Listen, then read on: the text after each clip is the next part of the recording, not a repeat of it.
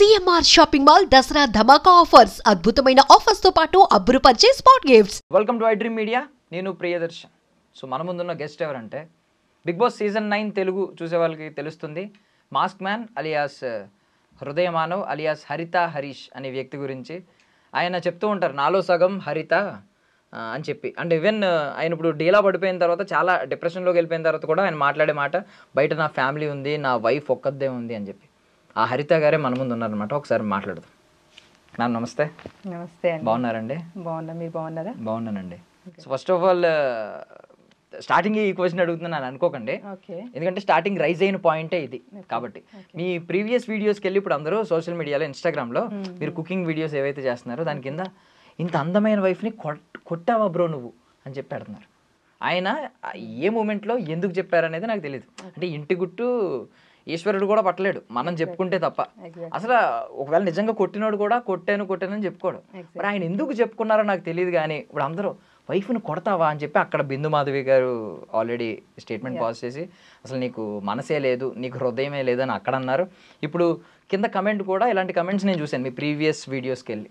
దానికి ఏం సమాధానం చెప్తారు అసలు? ఇప్పుడు దీన్ని ఇది 1 సెంటెన్స్లో చెప్పాలంటే చెప్పొచ్చు, ఎలాబరేట్ చేసి కూడా చెప్తాను. బట్ ఫస్ట్ 1 సెంటెన్స్లో చెప్పాలంటే, ఆయన ఆ పొజిషన్ అంటే ఆ ఏదైతే ప్లేస్లో చెప్పారో, టెలివిజన్ మీడియా అందరు ముందు అట్లా ఓపెన్ అప్ అయ్యి తన ఒక సీక్రెట్ని అట్లా బయట రివీల్ చేశారో, that's why he call him as a హృదయ మానవ్. ఓకే, సో హృదయం నుంచి తను ఎప్పుడు ఉండాలి, నేను లైఫ్ అనేది అట్లానే లీడ్ చేయాలి అని అనుకునే మనిషి కాబట్టి ఒక షోని లీడ్ చేస్తానికి వెళ్తున్నారు. ఒక జర్నీ మొదలు పెట్టడానికి he started his journey there. So ఆ జర్నీ స్టార్ట్ చేసేటప్పుడు హృదయం మనం ఎట్లా ఆలోచిస్తాడు? డెఫినెట్గా హృదయంతోనే ఆలోచిస్తాడు కదా. ఏం చేస్తాడు? సో నేను నిజాయితీగానే ఉండాలి, షో కోసం కాదు. మేబీ రేపొద్దున నేను నో అని, it's a fraction of second no అని చెప్పేయచ్చు. ఈవెన్ నేను కూడా అగ్రీ చేయలేదు చెప్పినప్పుడు, బికాజ్ నాకు ఈవెన్ టెలివిజన్లో టెలికాస్ట్ అయ్యే ముందే తెలుసు నాకు యాక్చువల్గా చెప్పారనే విషయం. ఎందుకంటే మేము ఇంట్లోకి వచ్చినాక మాట్లాడుకుంటాం, ఎవ్రీడే షూట్కి వెళ్ళి వచ్చేవాళ్ళు, చెప్పారు ఇవాళ ఏం జరిగింది వాళ్ళు, మేము మాట్లాడుకునేవాళ్ళం. సో అలా చెప్పారు. నేను అప్పుడే యాక్చువల్గా నాకు ఐఎమ్ ఇంటూ డిఫరెంట్ జోనర్లోకి వెళ్ళిపోయాను. నేను చెప్పాల్సిన అవసరం ఏముంది అనేసి అన్నట్టుగా. సో బట్ తను ఇచ్చిన ఎక్స్ప్లెనేషన్ ఏంటంటే, షో ఓకే, ఒక బిగ్ బాస్ జర్నీ వస్తుంది లైఫ్లో, ఇట్స్ అ పార్ట్ వస్తుంది, డెఫినెట్లీ గెలుస్తాం. ఎండ్ ఆఫ్ ది డే నేను అద్దం ముందు నుంచున్నప్పుడు నా అంతరాత్మని నేను క్వశ్చన్ చేయకూడదు. నా అంతరాత్మ నన్ను ఈ అబద్ధం చెప్పి కదా నువ్వు గెలుచుకున్నావు అనేది. Okay, let it be show. నాకు అవకాశం రాకపోయినా పర్లేదు, కానీ నేనైతే ఉన్నది ఉన్నట్టే చెప్తాను అనేసి అన్నట్టుగా చెప్పారనమాట. అది బికాజ్ నేను కూడా అగ్రీ చేయలేదు చెప్పడానికి. బికాజ్ తనకు కూడా అది చాలా చిన్న విషయం in the sense yes or no అనే చెప్పాల్సింది. అక్కడ నో అని చెప్పేసేయచ్చు, దేర్ ఎండ్స్ ద మ్యాటర్. ఈరోజు చాలామంది అంటే బిగ్ బాస్ హౌస్లో సంజన గారు ఓపెన్గా, నాగార్జున గారు ఆ టైంలో చూసుకుని ఇక్కడ చూస్తారు ఆడవాళ్ళని, మగవాళ్ళు ఎక్కడ ఆడవాళ్ళు ఎక్కడ అని ఈ జెండర్ డిస్క్రిమినేషన్ తీసుకొచ్చారు కదా టాపిక్. దీనికి ఫస్ట్ విత్తనం అక్కడ పడింది అనమాట, బీజం. వైఫ్ని కొడతారు అనేది. యాక్చువల్లీ మిమ్మల్ని నిజంగా కొట్టేవారా ఏమన్నా? మామూలుగా అడుగుతున్నాను. మీరు నాకు తెలిసి సార్ కూడా ఆల్రెడీ చెప్పినట్టే ఉన్నారు మీకు, హరీష్ గారు కూడా. ఇదేమన్నా గుళ్ళో గంట ఏంటి పొద్దున సాయంత్రం లేసి కొట్టడానికి, లేదా స్కూల్ బెల్లా? అది ఎవ్రీ ఫ్యామిలీలో ఉంటుంది ఒక చిన్న, అసలు టు బీ ఫ్రాంక్లీ స్పీకింగ్, మేమిద్దరం ఇట్లా మాట్లాడుకుంటున్నప్పుడు I didn't even remember that. Okay, అదొక సంఘటన జరిగింది అని అంటే, బట్ తొందరగానే నాకు రికలెక్ట్ అయింది. But it was there in his mind, తన మైండ్లో అది చాలా స్ట్రాంగ్గా ఉండింది. సో నాకెందుకు అది చాలా ఎక్కడో కనుమరుగు అయిపోయింది అని అంటే నా ఆలోచనలో, because the kind of bond and the love we have. So అది మా లైఫ్లో, మా 15 years, మా 20 years జర్నీలో అదొక డాట్, ఒక ఫుల్ స్టాప్ ఆర్ డాట్ లాంటిది అంటాం కదా. సో దానికి మించి ఇంకా చాలా పెద్దవి మా బాండింగ్ కానీ, మేము ఫేస్ చేసిన ఛాలెంజెస్ కానీ, దాంట్లో మేము కలిసి ఉన్నది కానీ, ఉన్న లవ్ మా ఇద్దరి మధ్యలో, అదొక చిన్న డాట్. కాబట్టి నాకైతే అసలు నిజంగా కనుమరుగు అయిపోయింది. బట్ స్టిల్ తను ఎంత బాగా గుర్తుపెట్టుకుని ఆ చిన్న విషయం కూడా నేను అబద్ధం చెప్పకూడదు అనేది ఆ స్టాండ్ తీసుకున్నారు చూడండి. షో కోసం కాదు, నా అంతరాత్మ ముందు నేను తలదించుకోకూడదు. సో అదే ఆయన సిద్ధాంతం, అందుకే ఆయన హృదయమానం అని ఆయన పేరు పెట్టుకున్నారు.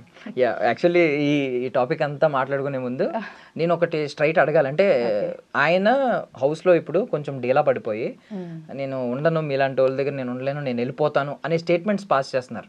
ఈవెన్ మీరు నామినేషన్స్లో చూసుకుంటే అందరూ కూడా, ఈవెన్ శ్రీజ, కామనర్స్ వాళ్ళు మనలో, ఐ మీన్ కామనర్స్లో ఉన్న వాళ్ళలో వాళ్ళు కూడా వద్దు వెళ్ళిపోండి, ఇక్కడ వద్దు, మీరు మీలాంటి వాళ్ళు ఇక్కడ అవసరం లేదు వెళ్ళిపోండి అన్నట్టు పెద్ద ఐ మీన్ రచ్చగొట్టే వ్యాఖ్యలు మొత్తం జరిగినాయి.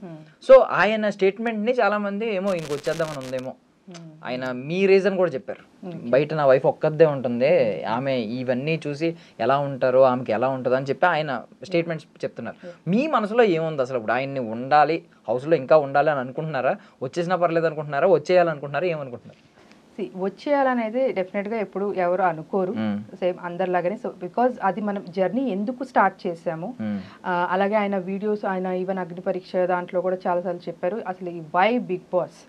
So as a Bigg Boss అడ్మైరర్గా ఆయన ఫీల్ అవుతారు కాబట్టి, ఆయన అన్ని కొంచెం ఆయన డిప్రెషన్లో లోలో ఉన్నప్పుడు కూడా, సో అదొక కైండ్ ఆఫ్ ఊరటని కలిగించింది. So because he is in to kind of చాలా కౌన్సిలింగ్స్లో వాటిల్లో పార్టిసిపేట్ చేస్తుంటారు. So end of the day Bigg Boss అనేది ఒక షో ఎలాంటిది అని అంటే, వాట్ హీ ఫీల్స్, ఆయన డెఫినేషన్ ఏంటంటే మన 100 years ఆఫ్ లైఫ్, ఓకే, అలాగే అది 100 days జర్నీలో చూపిస్తే ఎలా ఉంటుంది అనేదే Bigg boss. So it is very much or very closely related to the human life అనేసి ఆయన ఫీల్ అవుతారు. ఇప్పుడు మనం కూడా మన చుట్టుపక్కల ఉన్న జనాలతో, కాకపోతే మనకేం కెమెరాలు ఉండవు, మనము ఆబ్వియస్లీ నచ్చుతున్నప్పుడు ఒక రకంగా ఉంటాము, నచ్చకపోతే బ్యాక్ సైడ్ ఒక రకంగా ఉంటాము. సో చాలా షేడ్స్ మనలో కూడా ఉంటాయి. సో అవే బయట అక్కడ బిగ్ బాస్ హౌస్లో విత్ ఇన్ 105 daysలో కెమెరాల్లో క్యాప్చర్ అవుతూ, సో మనల్ని మన పర్సనాలిటీని చేంజ్ చేసుకుంటూ బయటికి ఒక అప్గ్రేడెడ్ వర్షన్ వస్తుంది with in a span of that 105 days. So definitely అట్లా బయటికి వచ్చేయాలి అనేసి నేనైతే అనుకోను. డెఫినెట్లీ ఎందుకు స్టార్ట్ చేశారు, ఎక్కడ ఉన్నాము ఇప్పుడు, సో నెక్స్ట్ ఎక్కడికి చేరుకోవాలి అనేది ఈ 3 పారామీటర్స్ చూసుకుంటే, యాక్చువల్లీ నేను మొన్న కొంచెం ఆయన తినట్లేదు అని అనుకున్నప్పుడు at least I might get any chance ఏమో అనేసి ట్రై చేశాను. బట్ ఆబ్వియస్లీ అది షో ఫార్మాట్ వాళ్ళు అలౌ చేయరు కాబట్టి, సో నేను ఒక చిన్న ఏవీ కూడా ప్రిపేర్ చేశాను యాక్చువల్గా. సో లైక్ ఇప్పుడు నువ్వు ఇంత లోలో ఉన్నప్పటి నుంచి ఎలాగైతే నువ్వు అవుట్కమ్ అయ్యి ఇప్పుడు మొత్తం మళ్ళీ జనాల్లోకి వెళ్ళాలి, ఫేస్ చేయాలి సొసైటీని అని ఏదైతే నువ్వు నిర్ణయం తీసుకున్నావు, లైక్ ఫీనిక్స్ బర్డ్ ఎలాగైతే ఫ్రమ్ ద యాషెస్ బోర్న్ అవుతుందో అది. సో ఆబ్వియస్లీ ఇది వన్ ఆఫ్ ది ప్లాట్ఫామ్. నువ్వు లైఫ్ లాంగ్ వెయిట్ చేయని అవసరంలా, ఒక 100 days ఆ జర్నీ మొత్తం లీడ్ చేయి. ఇట్స్ నాట్ దాట్ కప్పు గెలుచుకురావాలి, ప్రైజ్ తీసుకురావాలి కాదు, డెఫినెట్లీ అది వస్తుంది. May the good person or the better person should win అని అంటాను. బట్ జనాలు మెచ్చిన వాడు విన్ అవ్వాలి డెఫినెట్గా. సో ఆయనలో ఇంకా వేరే కోణం కూడా ఉంది, ఆ హ్యూమర్ సైడ్ ఏదైతే నిజంగా జనాలకి నచ్చుతుందో అండ్ దేనికైతే జనాలు ఎక్కువ కనెక్ట్ అవుతారో, సో అది డెఫినెట్గా ఇప్పుడు వరకు ఫుల్ ఫ్లెడ్జ్డ్గా ఎవరు చూడలేదు. సో ఆయన క్లోజ్ అసోసియేట్స్ తప్పించి, సో అది డెఫినెట్గా చూస్తే ఆయన్ని మాత్రం ఎవరు, బికాజ్ ఆయన ఆ సిచ్యువేషన్ని చాలా లైట్ చేసేస్తారు యాక్చువల్గా. ఈవెన్ మేము హాలిడేస్ అప్పుడు ఇంటికి వెళ్ళినా కూడా చుట్టుపక్కల వాళ్ళు అడుగుతారు, మా అమ్మ మీ పెద్ద అబ్బాయి వచ్చినట్టున్నారు కదా అని చెప్పి, అంటే అంత జోవెల్ అయిపోతుంది ఆ ఎన్విరాన్మెంట్. ఎగ్జాక్ట్లీ అదే అంటున్నా, అది ఎవరు కూడా కనెక్ట్ అవ్వలేదు ఇప్పుడు వరకు అని చెప్పేసి నేను అంటున్నాను. షోలోనే చూపిస్తా, షోలోనే చెప్తాను ఒక 2-3 points. ఎగ్ విషయం జరిగినప్పుడు, ఓకే, ఎగ్ విషయం జరిగినప్పుడు, సో అప్పుడు ముందు వరకు ఏం జరుగుతుంది, ఆమె ఎగ్ తిన్నారో లేదో ఎవరికి తెలియక అందరూ నెత్తులు కొట్టుకుంటూ అమ్మ చెప్పు చెప్పు చెప్పు అని అంటే, ఆవిడేమో she's taking it in lighter way, okay she's creating some content over there, అది పండుతుంది, జనాలకి నచ్చుతుంది, వెళ్తుంది. సో పక్క నుంచి వాట్ హరీష్ గారు ఈస్ ట్రయింగ్ ఈస్, మీరే కదా తిన్నది చెప్పండి. That's what his body language, and అది ఆల్రెడీ జరిగింది అక్కడ. సో నేను కొన్ని క్లిప్స్ అది కంప్లీట్గా లైవ్లో చూపించలేదు, నైదర్ ఇన్ ద ఎపిసోడ్ చూపించలేదు, బట్ నేను అప్పుడు ఆయన అక్కడ బాడీ లాంగ్వేజ్ని బట్టి నాకు అర్థమైపోయింది this could be the conversation between these two అని చెప్పేసి. సో ఆయన ఏంటంటే he's trying to bring out that truth out of her. Okay పోన్లే తింటే తిన్నారులే, నాకు తెలియదు చెప్పండి మీరే కదా తిన్నది అని చెప్పేసి. సో ఇప్పుడు జనరల్గా అందరూ ఆమె మీద ఎట్లా పడిపోతున్నారు, నువ్వేదో తప్పు చేసావని చెప్పి కొన్ని అనరాని మాటలు కూడా అనేసారు ఆమె అక్కడ యాక్చువల్గా మేబీ శ్రీజ వేరే వాళ్ళు అనేసారు ఆ మాటలు.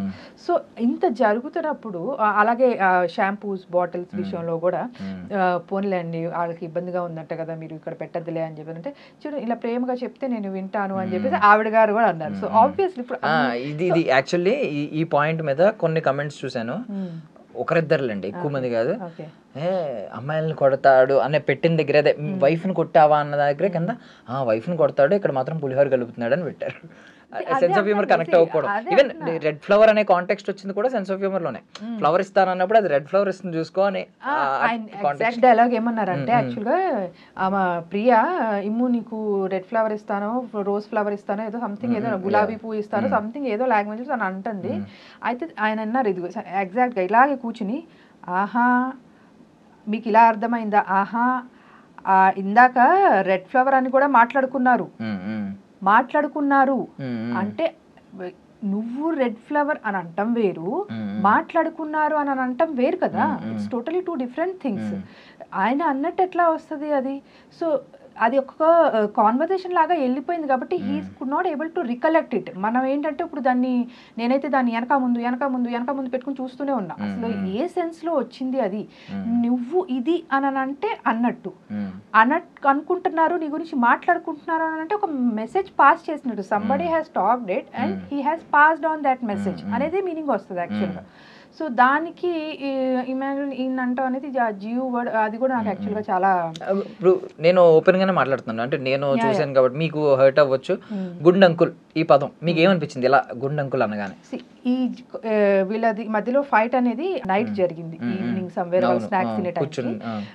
కానీ ఈ టాపిక్ ఏదైతే వచ్చిందో టెనెంట్స్ అందరు బయట ఉన్నారు, ఓనర్స్ లోపల ఏదో స్కిట్ ఆడుకుంటున్నారు, స్కిట్ ఏదో చేసుకుంటున్నారు వాళ్ళు. సో ఆ ప్రాసెస్ లో ఇక్కడ స్టార్ట్ అయిపోయింది ఆ జియో అనే వర్డ్. నేను అది వర్డ్ కూడా నేను ఎందుకు ప్రొనౌన్స్ చేయండి, it's not about hurting the point. నేను ఏ పాయింట్ నుంచి చూస్తున్నాను అనేది చెప్తున్నా యాక్చువల్గా. అది హరీష్ గారే కాదు ఎవరున్నా కూడా నేను అలాగే చెప్పేదాన్ని యాక్చువల్గా. మేబీ ఇంత స్ట్రాంగ్ గా చెప్పకపోయేదాన్ని ఏమో కానీ బట్ స్టిల్ నేను ఆ జియో వర్డ్ అనేది they already started. So some one has addressed ఎవరిని అని చెప్పి. నాకు అది తనుజ గారి వాయిస్ లో అనిపించింది ఏదో నాకు తెలియదు కానీ everybody started laughing and it was keep on he saying it అంటూనే ఉన్నారు. సో నాకు ఐ వాజ్ లైక్ నాకు అక్కడే మారిపోయింది.